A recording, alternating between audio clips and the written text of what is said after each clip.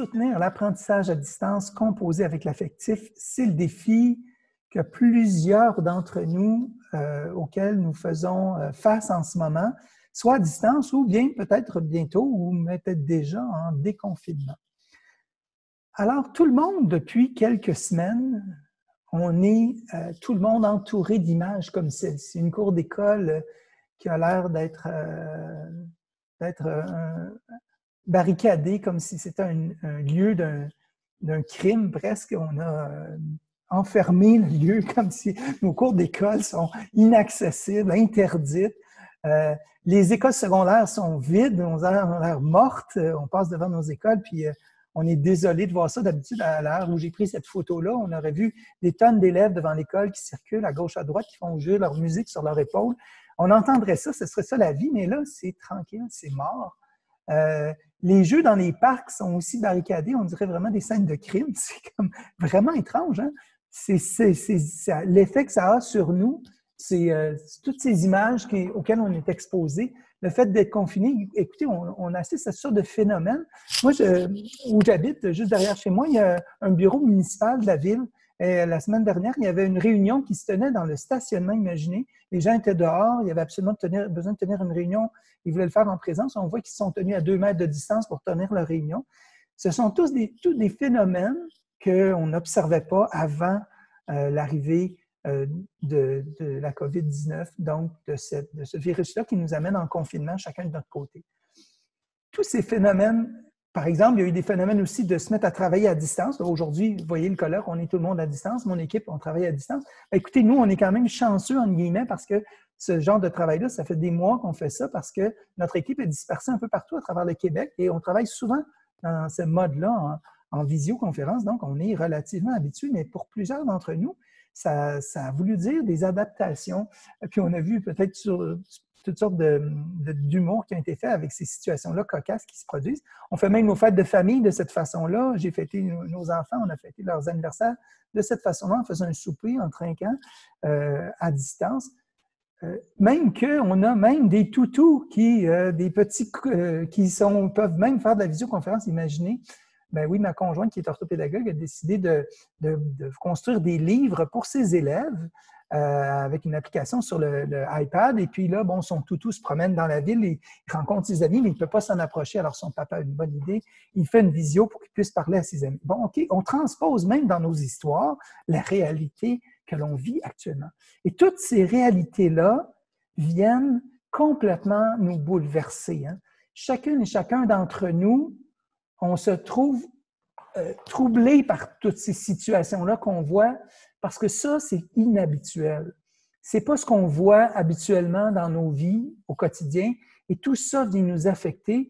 Moi, depuis qu'on est en confinement, comme on l'est depuis le début, personnellement, je vis des hauts et des bas pratiquement tous les jours. Il y a des journées où je suis très motivé, d'autres journées j'ai le goût de rien faire. D'autres journées, je me sens à pression de faire de quoi, mais sans trop savoir ce que je dois faire. Alors, ça nous amène toutes sortes de situations qui ne sont pas toujours évidentes avec lesquelles on doit composer.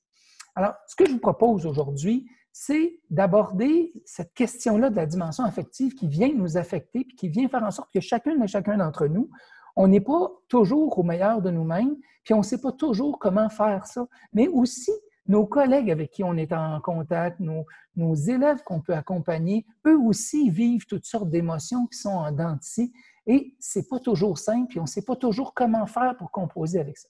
Ce que je vous propose, c'est d'aborder en 2 temps. Le premier temps, en fait, qui va être le plus gros de la présentation, puis en fait, le deuxième temps, ce sera peut-être une tâche que je vous donnerai à faire en devoir, si vous acceptez, si vous relevez le défi.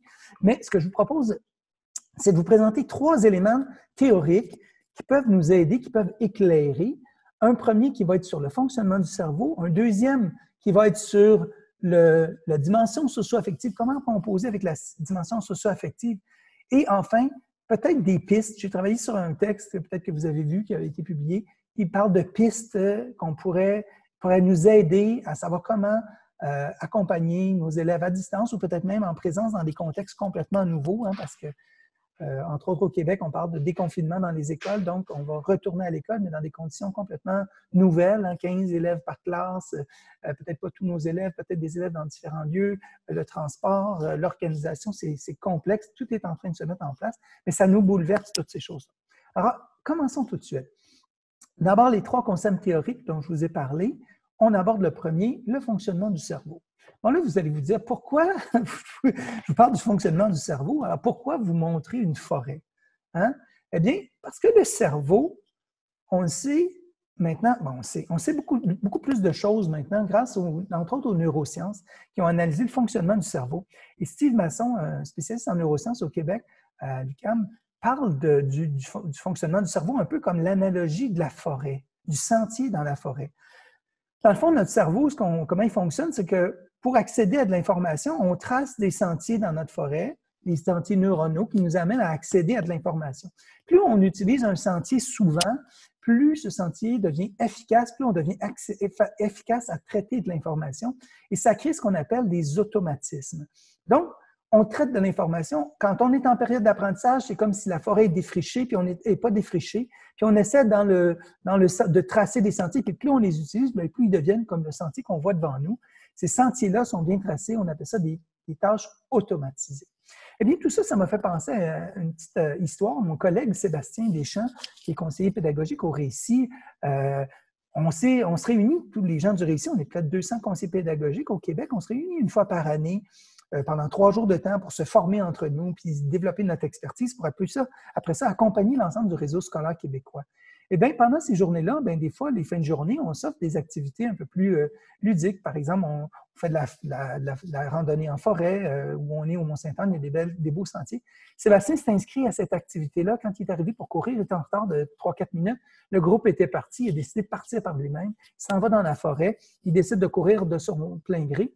Après une vingtaine de minutes, il décide de revenir sur ses pas et au bout de 3-4 minutes de course, il se rend compte qu'il ne se reconnaît plus, il ne sait plus s'il a pris le bon sentier, est-ce qu'il est toujours dans le même sentier, et il se rend compte qu'il est perdu en forêt. On est à la Brunante, la fin de journée, il se dit « Aïe, si je ne retrouve pas mon chemin, comment je vais être, comment je vais me retrouver, qu'est-ce qui va arriver? » Alors, Sébastien est un petit peu en panique. Mais heureusement, mon ami Sébastien est un homme prévoyant, il avait sa montre connectée avec son GPS qui lui a permis de revenir à son point de départ, hein, grâce à sa montre GPS. Mais tout ça, ça m'amène aussi à dire que peut-être que pour Sébastien, le sentier qu'il connaît, lui, il reste dans un coin où il y a plein de sentiers, puis il utilise régulièrement des sentiers, mais il est habitué de courir dans ces sentiers-là. Alors, il y a des automatismes, il peut courir, puis penser à plein d'autres choses, puis faire d'autres choses en même temps. Il suit ces sentiers, ça va bien, mais là, il est dans des sentiers qu'il ne connaît pas. Et là, au fur et à mesure qu'il avance dans les sentiers, ça se peut qu'il y ait d'autres sentiers, mais que ces sentiers-là, il ne les voit pas parce qu'ils sont soit obstrués par des choses qui sont devant lui. Bien, notre cerveau, il fonctionne de cette façon-là aussi. Quand on est habitué d'utiliser des sentiers, des façons de faire, des manières de penser, on a tendance à utiliser les mêmes sentiers. Quand il y a d'autres sentiers qui peuvent se présenter, ça se peut qu'on ne les voit pas, qu'on a de la difficulté à les voir, qui nous semblent bloqués ou encore qui semblent trop difficiles. Peut-être qu'il y a des sentiers qui ont l'air trop abrupts puis on ne sait pas si on va faire tout ça pour rien, qu'on va avoir monté tout ce sentier-là jusqu'en haut sans savoir si ce sentier-là va répondre aux besoins que l'on a. Donc, travailler ça peut être ça qui est difficile. Mais au fond, peut-être que ce qu'on a besoin de faire pour être capable de découvrir d'autres sentiers, c'est simplement de tourner notre caméra, hein? de passer du mode portrait au mode paysage pour voir élargir nos horizons. Mais notre cerveau, c'est un peu la même chose dans le fond. C'est que souvent, on est porté à utiliser des sentiers qui sont toujours les mêmes parce qu'on est efficace, ça va bien. Mais Olivier Houdet nous rappelle que l'intelligence, c'est pas juste d'utiliser efficacement des sentiers, c'est d'être capable de s'arrêter et de reconnaître que l'automatisme que l'on a, c'est pas le bon, et qu'on a besoin d'emprunter de nouveaux sentiers. Et actuellement, à l'échelle de la planète, on est en train de vivre une situation que jamais l'humanité n'a vécue, faire une pause sur la planète en entier pendant des semaines et des mois.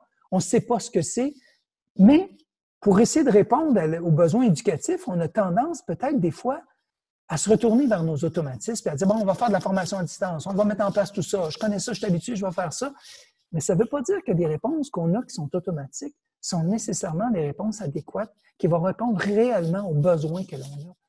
Donc, peut-être qu'on a besoin d'élargir nos horizons pour envisager de nouveaux sentiers. Puis sortir des sentiers connus, peut-être s'inspirer des sentiers qu'on connaît, mais peut-être pour en tracer de nouveaux. Première partie, donc, le fonctionnement du cerveau. Comment fonctionne notre cerveau? Il fonctionne un peu comme une forêt, nous le rappelle Steve Masson. Donc, peut-être tracer de nouveaux sentiers, c'est un besoin que l'on a présentement. Le deuxième volet, les aptitudes socio-affectives. Les aptitudes socio-affectives, c'est pas si... Les aptitudes socio-affectives, souvent, c'est un peu complexe. Quand on est en situation de changement, souvent, nos dimensions socio-affectives s'expriment beaucoup. Mais on ne sait pas toujours les reconnaître, on ne sait pas toujours les traiter, on ne sait pas toujours comment composer avec. Alors, moi, je suis conseiller pédagogique, ça fait plus d'une vingtaine d'années. Cette situation-là, faire face à des gens qui sont face à un changement puis qui vivent ce qu'on appelle parfois de la résistance, bien, je suis habitué de confronter à ça. Puis j'ai travaillé avec les années à m'intéresser à ce qui fait que peut-être dans notre cerveau, il y a des choses qu'on peut travailler, mais qu'on ne travaille peut-être pas toujours de la façon la plus efficace possible. En fait, peut-être précisons deux choses tout de suite. Tout le monde, on sait ça, une émotion, un sentiment, c'est pas la même chose. Juste un rappel, l'émotion, c'est vif, c'est intense, c'est maintenant, on l'a tout de suite, alors qu'un sentiment, c'est quelque chose qui est plus profond, qui est assis sur des valeurs, souvent qui est basé sur nos expériences et que souvent, c'est plus, un sentiment, c'est plus quelque chose qui est profond puis qui est plus immuable, entre guillemets. Là. Donc, on a moins tendance à vouloir faire bouger nos émotions, nos sentiments plutôt. Alors que les émotions, elles vont être vives, vont être sur le moment, vont être rapides, vont pas toujours durer dans le temps. Alors, petit rappel pour commencer. Si on poursuit cette notion-là, pourtant, quand on est dans des situations de changement comme on le vit actuellement, on a beaucoup besoin d'échanger actuellement. Je regarde les équipes écoles là, au Québec là, qui doivent se parler pour s'entendre sur comment on va organiser l'entrée des élèves à l'école. Eh bien, souvent, on essaie de discuter sur ce qu'on pense qui serait le mieux de faire, puis on discute, puis on est dans des dialogues de sourds. Pourquoi? Parce que souvent, en fait, les problèmes qui émergent de ces situations-là font émerger des sentiments et des émotions qui empêchent de travailler sur le rationnel, parce qu'en fait, ces émotions-là sont au-devant du rationnel, mais comme on parle du rationnel sans traiter les émotions, les émotions et les sentiments viennent bloquer et ça donne l'impression d'un dialogue de sourds, comme je disais tout à l'heure. Donc, le fait de travailler sur ces émotions et ces sentiments-là, ça permet de peut-être développer une meilleure compréhension de ce qui se passe et de les traiter pour pouvoir ensuite ramener le rationnel. Comment on peut traiter de l'affectif? Eh bien, la première étape, c'est de nommer les émotions. Nommer les émotions, les sentiments, là, c'est pas simple. Ça a l'air simple comme ça là, quand on dit ça, mais l'idée, c'est pas de faire une thérapie de groupe. Puis, par exemple, je suis directeur d'école ou je suis dans une équipe école, puis, ou je suis membre de ma petite équipe, et puis on veut parler de ce qu'on ressent. Mais ça ne veut pas nécessairement dire, OK, il y va, tout le monde, on garoche, on lance nos émotions, puis on vit avec. Non, c'est pas ça l'idée. L'idée, c'est de pouvoir arriver à permettre aux gens de nommer ça, de nommer les émotions. Et puis, les émotions, ce qui est difficile, c'est d'amener les gens à les nommer sans que moi, je leur projette ce que moi, je pense qu'ils ont comme émotion. Mais c'est tout aussi important de les nommer pour moi-même. C'est quoi que moi, je ressens? Parce que c'est parfois moi qui peux bloquer la conversation avec l'autre, parce que ça se peut que ce que les autres disent, ça vient susciter chez moi des émotions. Je peux être impatient, je peux être exaspéré, je peux trouver ça aberrant, des situations, mais tout ce que je viens de nommer, ce sont des émotions ou des sentiments. C'est pas du rationnel, mais c'est souvent cette dimension affective-là qui vient faire en sorte d'interférer dans notre dialogue avec les autres. Alors, la première étape, donc, d'être capable d'arriver par des stratégies à amener à nommer le sentiment, l'émotion. Et ce que ça permet de faire quand on arrive à le nommer, ça permet de le reconnaître. Et ça, c'est aussi vrai avec nos élèves. Quand vous allez être en distance avec vos élèves, par exemple, ça se peut que des élèves, quand on va recommencer en classe avec les élèves, ça se peut que les élèves ressentent toutes sortes de choses, mais si on prend le temps de nommer ce que les élèves ressentent, comment ils vivent la situation, comment ils trouvent ça le retour, comment ils vivent ça d'être à distance puis d'être loin de leurs amis puis de s'ennuyer, si on arrive à le nommer, mais on va pouvoir le reconnaître. Ça, reconnaître, Tina Montreuil, une spécialiste en psychologie à l'Université McGill, appelle ça, elle, de normaliser les émotions et les sentiments. Alors, normaliser, ça veut dire faire en sorte que les gens comprennent que c'est normal. C'est ce que j'ai essayé de faire tantôt avec vous, hein, quand au début, je vous présentais mes images. Mes images avaient pour but de normaliser ce que chacun et chacun d'entre nous on ressent présentement. C'est normal qu'on ne se sente pas au meilleur de nous-mêmes actuellement dans la situation. Peu importe que ça fasse 5, 6 semaines qu'on soit en confinement, c'est normal qu'à chaque jour, on puisse ressentir des choses différentes et que nos émotions, nos sentiments soient en dents de scie et que le fait de savoir que c'est normal, mais ça fait que déjà, moi, je me sens moins de pression, je me sens plus normal, je me sens adéquat dans la situation. Donc, le fait de reconnaître, d'accepter, de normaliser, de rendre acceptable le fait de ressentir ces émotions-là, c'est déjà un autre pas très important. Donc, nommer, reconnaître et finalement, prendre en compte. Prendre en compte, qu'est-ce que ça veut dire? Prendre en compte, ça veut dire qu'on va essayer de trouver des solutions aux besoins ou aux défis qui sont sous-jacents aux émotions et aux sentiments que l'on ressent. Si moi, je suis craintif de quelque chose, mais comment je peux faire pour passer au travers de cette crainte-là? En fait, ma crainte est liée à quel besoin ou est liée à quel défi ou à quelle difficulté que je rencontre. Est-ce que j'ai des collègues qui ont vécu des défis comme ça? Est-ce que j'ai des amis dans la classe qui vivent des choses semblables? Est-ce qu'ils se sont donné des moyens? On peut partager nos solutions, partager nos moyens. Ça aide à trouver un équilibre et à faire en sorte qu'on est capable de faire face à ces situations-là qu'on a et qui nous posent des défis, qui font en sorte qu'on n'est pas toujours bien dans la situation. Donc, nommer, reconnaître, prendre en compte, ce sont des choses de base qu'on peut faire en classe, à l'école, avec nos élèves, mais aussi avec nos collègues à l'école. Et en faisant ça, ça permet de ramener le rationnel en premier niveau et d'en parler du rationnel parce qu'on a pris en compte l'affectif qui était présent, mais qui embrouillait le dialogue et amenait dans des dialogues de sourds. Et donc, de se ramener dans un réel dialogue rationnel parce qu'on va être conscient des émotions et des sentiments que nous, on a, que les autres ont et qui viennent interférer dans nos dialogues. Donc, deuxième élément, les éléments affectifs.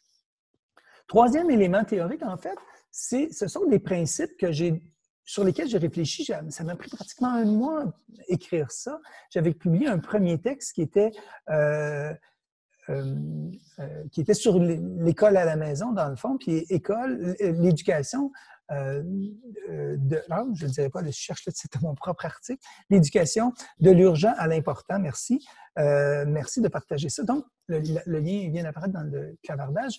Cet article-là que j'ai publié au mois de mars, il témoignait de mon questionnement face à l'urgence de certains à vouloir faire de l'école à distance dans un premier temps. Il me semblait qu'on avait besoin de prendre une distance pour éviter de tomber dans nos sentiers trop bien tracés et de risquer d'amener des réponses qui sont inadéquates. Que je ne dis pas qu'il ne faut rien faire, au contraire, mais je pense que si on a des choses à faire, on a besoin de les faire de façon les plus adéquates possible, en prenant un recul et en se demandant comment on peut être créatif pour arriver à trouver de nouvelles avenues pour le faire. Donc, c'était le premier texte, mais j'ai fait paraître la semaine dernière un autre document qui est celui sur apprendre à distance, les 9 principes pour inspirer les actions en éducation. Donc, c'est mon deuxième texte. C'est de ça dont je vais vous parler. En fait, je vais vous résumer en images ce que j'ai travaillé. Les 9 principes. Donc, 9 principes pour travailler. Le premier, maintenir la relation. D'abord, vous allez voir les principes que je vais vous présenter. Ils sont un peu à la façon de la pyramide de Maslow, un peu comme si on ne répond pas aux principes qui sont dans la base, on risque d'avoir de la difficulté à répondre aux besoins qui sont au-dessus, plus on monte dans les principes. C'est pas nécessairement rigide, là, puis c'est pas nécessairement toujours vrai, là, mais en gros, c'est un peu de même que je l'ai réfléchi. Puis je vous avoue là, que moi, c'est une réflexion qui est en constante évolution. Je suis très ouvert s'il y en a qui ont des suggestions à faire pour l'améliorer. Je suis très, très ouvert à ça. Donc, premier élément, maintenir la relation. On le sait, hein, plein de recherches, toutes les recherches en éducation le démontrent, pour être capable d'amener les élèves dans l'engagement, pour être capable de travailler, on a besoin d'établir une relation de confiance avec nos élèves. C'est ce que plusieurs appellent l'effet enseignant. Hein, être capable d'être signifiant pour l'élève, d'être une personne signifiante, de confiance, qui est rassurante et qui t'amène à te dépasser et à aller au-delà de ce que tu crois capable. Donc, En même temps, maintenir la relation avec nos élèves, c'est ce que plusieurs ont fait déjà, en prendre en contact avec leurs élèves de différentes façons. Ça permet aussi, en même temps, de dresser le portrait de la disponibilité de nos élèves, de leur niveau d'engagement. Puis quand on va retourner à l'école, tout ça, c'est aussi vrai. Si on a été absent de nos élèves pratiquement le même temps qu'une période de vacances pendant l'été, bien, quand on reprend contact avec nos élèves, on a besoin de recréer cette relation-là, de nourrir à nouveau cette relation-là. Si on le fait à distance, tant mieux. Puis si on veut la poursuivre, on va peut-être avoir besoin, il y a peut-être de nos grands ou de nos petits qui vont avoir été, avec qui on aurait eu zéro contact pendant toutes ces semaines-là. Ça va faire peut-être entre 6 et 7 semaines qu'on ne les aura pas vus. Donc, ça se peut qu'on ait besoin de recréer ce contact. Deuxième niveau, prendre soin, mais ça, c'est faire preuve d'empathie. C'est un peu le lien avec la dimension affective dont je vous parlais tout à l'heure, nos émotions qui sont en dents de scie et que nos élèves vivent eux aussi. C'est possible que ces émotions-là, ces sentiments-là soient en dents de scie tous les jours et que pour arriver à maintenir la relation, on a toujours besoin de prendre soin de nos élèves et que ça, c'est pas parce qu'on l'a fait la première journée du retour à l'école ou la première fois qu'on a pris contact avec nos élèves que c'est pas à refaire à chaque fois. En fait, on a peut-être besoin de le refaire justement chaque fois, prendre soin, se soucier des personnes, se soucier de comment ils sentent, normaliser les sentiments, les émotions, comme je le disais tout à l'heure, faire preuve d'écoute, d'empathie envers eux. Donc, ça, c'est très, très important. Et ça, c'est aussi vrai si vous êtes gestionnaire, que vous avez accompagné une équipe école. Ça, c'est des choses que vous allez avoir besoin de refaire tous les jours, à distance ou en présence. On a tout le temps besoin de faire ça. On ne peut pas prendre pour acquis que notre personnel est toujours d'humeur égale, que si on les a rassurés une première fois que c'est fait, c'est réglé, tout va. Non, ça risque d'évoluer constamment. Donc, il faut être toujours un peu à l'affût de ça et d'être constamment conscient puis à l'écoute de ce qui se ressent, de ce qui se vit pour travailler sur la normalisation des sentiments, des émotions, puis trouver des solutions pour répondre aux défis, aux besoins qui sont sous-jacents. Ensuite de ça, ajuster les attentes. En fait, moi, je le traduirais souvent par baisser les attentes. Parce que souvent, on est porté à exiger beaucoup malgré tout. Même si on baisse nos attentes, souvent, elles finissent par être parfois trop grandes. Et en premier lieu, pour nous-mêmes. Apprendre à baisser ses attentes envers soi-même, c'est déjà une chose très grande, mais le faire aussi pour nos élèves, pour nos apprenants, pour notre personnel, pour notre équipe école. Travailler à baisser les attentes, ça ne veut pas dire de les amener au meilleur d'eux-mêmes, mais ça veut dire de s'enlever de la pression pour être capable d'être justement disponible à donner le meilleur. Et ça peut être vrai autant pour les élèves que pour les parents. Si on a des parents qui sont à la maison, c'est très important de baisser leur pression sur leurs épaules. Il y en a plusieurs qui sentent énormément de pression, qui trouvent ça très difficile, que juste vivre à temps plein avec leurs enfants tous les jours, c'est un défi, surtout en confinement. On ne peut pas faire beaucoup d'activités, on est limité. Et qu'en plus, si on a à faire du télétravail ou à sortir travailler, faire garder les enfants, c'est pas évident. Donc, ajuster les attentes envers les autres et envers soi-même, ça me paraît fondamental. Ensuite, donner confiance. Donner confiance, ben, c'est justement lié un peu à ces autres éléments-là de maintenir, prendre soin, ajuster les attentes. C'est aussi lié à ce qu'on appelle le sentiment d'efficacité personnelle. Hein? Bandura, un Américain, a développé ce concept-là qui a été repris par plusieurs chercheurs, entre autres au Québec par Thérèse Bouffard, qui a travaillé sur qui peut travailler sur le sentiment d'efficacité personnelle, c'est-à-dire le fait de croire que tu es capable de réussir, c'est un des facteurs qui est le plus déterminant sur la capacité de quelqu'un à apprendre. C'est si on croit en sa capacité d'apprendre, la personne va apprendre. Mais pour arriver à ce qu'on arrive à développer ce sentiment d'efficacité personnelle, ça prend des réussites, mais ça prend des défis. Donc, un défi qui est juste là, assez grand, mais pas trop, qui va faire en sorte qu'on va s'engager dans la tâche, puis qu'on va avoir une réussite, puis qu'on va pouvoir encourager, féliciter. Ça, c'est super important de nourrir le sentiment d'efficacité personnelle. Et ça, qu'on soit enseignant avec des élèves, qu'on soit parent avec nos enfants, qu'on soit enseignant avec les parents qui travaillent avec leurs enfants à la maison, qu'on soit direction d'établissement avec notre personnel de notre équipe école, tout ça, c'est toujours aussi vrai. Plus c'est comme une chaîne qui s'attache, plus de gens vont avoir ce sentiment d'efficacité personnelle élevé, plus la répercussion positive va être grande sur nos élèves, sur nos apprenants. Donc, très important de nourrir ce sentiment d'efficacité personnelle, de travailler ce croire en eux. Patrick, tu parles de différenciation, je vais y venir tout à l'heure. Je l'ai mis comme en dernier, la différenciation, je l'ai mis dans la flexibilité, mais tout à fait, ça a un lien aussi avec ajuster. Tu as tout à fait raison, je suis d'accord avec toi. Cibler les actions. Cibler les actions, c'est peut-être la partie sur laquelle j'ai travaillé le plus dans mon domaine, dans mon travail, dans l'article que j'ai écrit. Parce qu'entre autres, j'ai essayé d'inventer. Je vous dis que c'est important qu'on soit créatif dans un contexte de nouveau. Alors, j'ai essayé de partir de ce qu'on connaît, puis de créer du nouveau à partir de ce qu'on connaît. Alors, je me suis inspiré du modèle RAI, là, qui est le modèle de réponse à l'intervention, qui dit que nos élèves, dans une classe régulière, 80 de nos élèves devraient réussir si on a des pratiques efficaces, qu'on a un autre 20 qui ont besoin d'aide supplémentaire, puis que dans le haut de la pyramide, là, les 5 élèves qui sont dans les 5 d'élèves, eux vont avoir besoin d'un soutien plus accru encore pour être capables de réussir à l'école. Mais si on applique ça à la situation actuelle, prenons l'apprentissage à distance, c'est ce qu'on regarde un peu ce matin, cet après-midi, c'est d'abord, on peut s'imaginer qu'on a une partie de nos élèves, mais là, les chiffres, ils sont difficiles à déterminer. Hein? Parce que 80 est-ce que c'est 80 pour vrai de nos élèves qui ont à la fois une bonne connexion Internet, des technologies adéquates, puis un adulte qui est là pour les soutenir, pour réussir leurs apprentissages, puis qui sont capables de s'isoler, puis qui sont capables de se mettre dans une condition idéale d'apprentissage, bien, on ne le sait pas. On a des données du CIFRIO au Québec qui nous disent que 98 des familles ont accès à Internet à la maison, puis ont au moins une technologie. Mais quand on dit qu'ils ont au moins une technologie, est-ce que c'est une technologie pour toute la famille ou bien c'est une technologie par personne? C'est pas très clair dans les données qu'on a. Donc, on ne sait pas non plus, puis on ne sait pas non plus la qualité de la connexion Internet, on ne connaît pas non plus la qualité des technologies.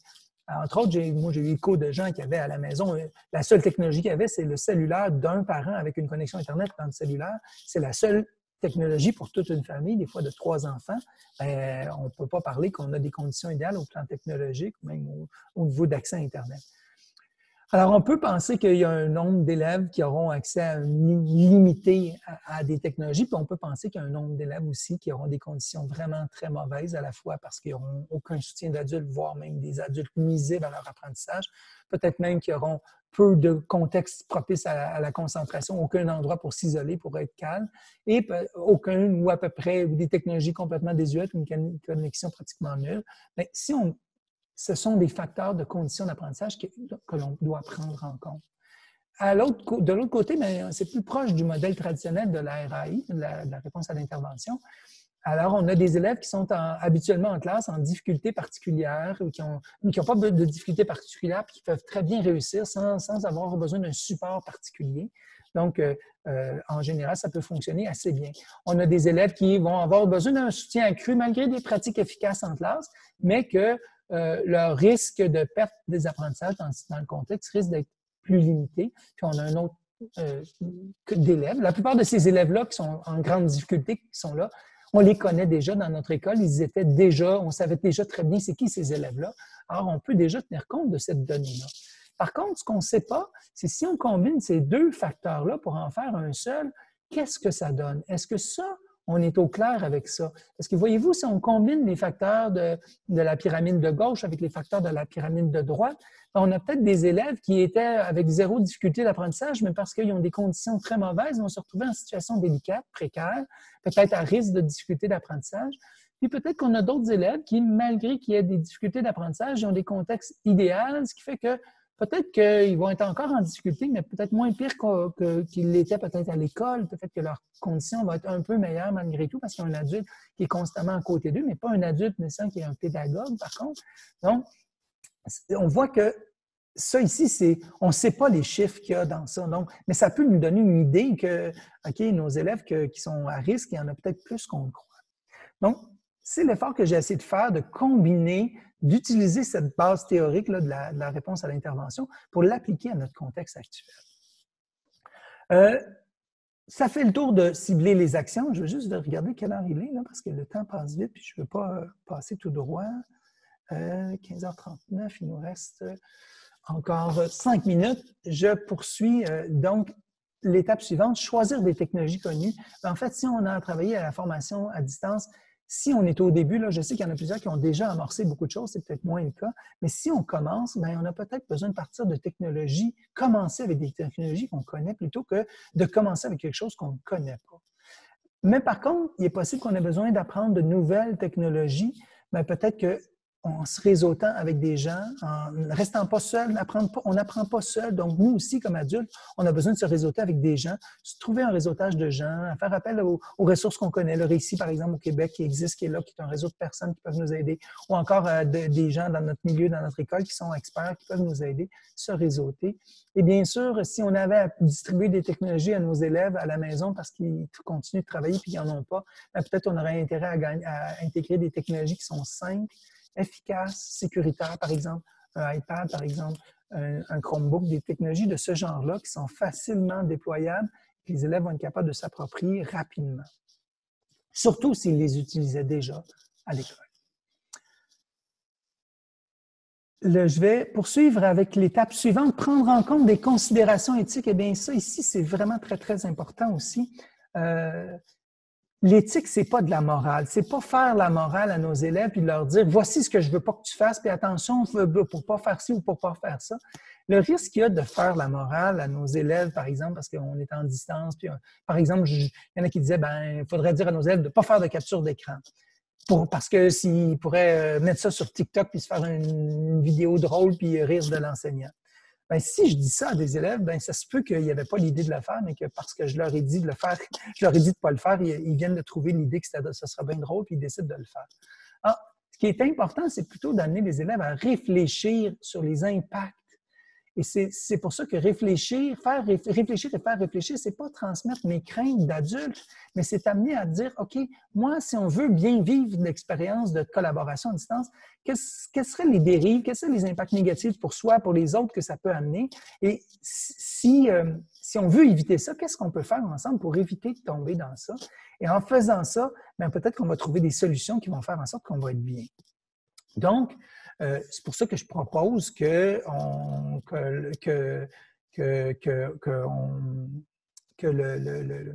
puisse prendre en compte les considérations éthiques qui vont faire en sorte, ce que ça veut donc dire de ne pas dire aux élèves quoi faire, mais de leur exprimer clairement nos attentes, c'est-à-dire de leur dire, par exemple, que moi, je veux du respect. Je trouve ça important qu'on ait du respect. Puis concrètement, qu'est-ce que ça veut dire? Puis demander aux élèves de nous dire, ça peut vouloir dire quoi avoir du respect? Puis partir de leurs exemples plutôt que de leur projeter mes attentes ou mes craintes ou mes inquiétudes.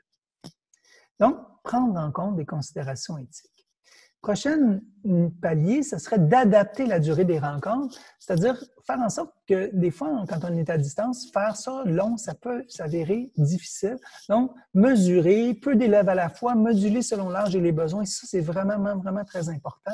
On ne peut pas penser qu'on va continuer de faire comme si on était en classe régulière à distance. On a besoin de trouver des nouvelles modalités.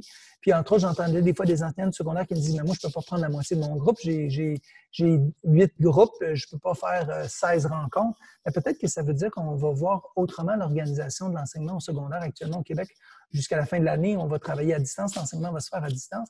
Mais peut-être qu'on va avoir besoin de réorganiser notre travail puis voir est-ce qu'on travaille avec des enseignants qui voient toujours les mêmes élèves, mais qui travaillent en collaboration avec d'autres spécialistes? Est-ce qu'on va plutôt se donner des tâches à faire, des défis à relever, puis de la disponibilité pour venir répondre aux questions des élèves? De quelle façon on va moduler l'accompagnement pour répondre aux besoins des élèves, mais en même temps m'assurer une motivation et un engagement des élèves, ce qui est un très grand défi dans l'apprentissage à distance. Toutes les études qui ont porté là-dessus le démontrent. Même avec des adultes, c'est un défi de garder de l'engagement. Alors, imaginez avec des jeunes secondaires qui sont en arrêt depuis déjà 5-6 semaines, comment on va arriver à les motiver à travailler pour seulement peut-être 4, 5, 6, 7 semaines à distance, alors qu'il fait beau, qu'ils ont le goût de sortir.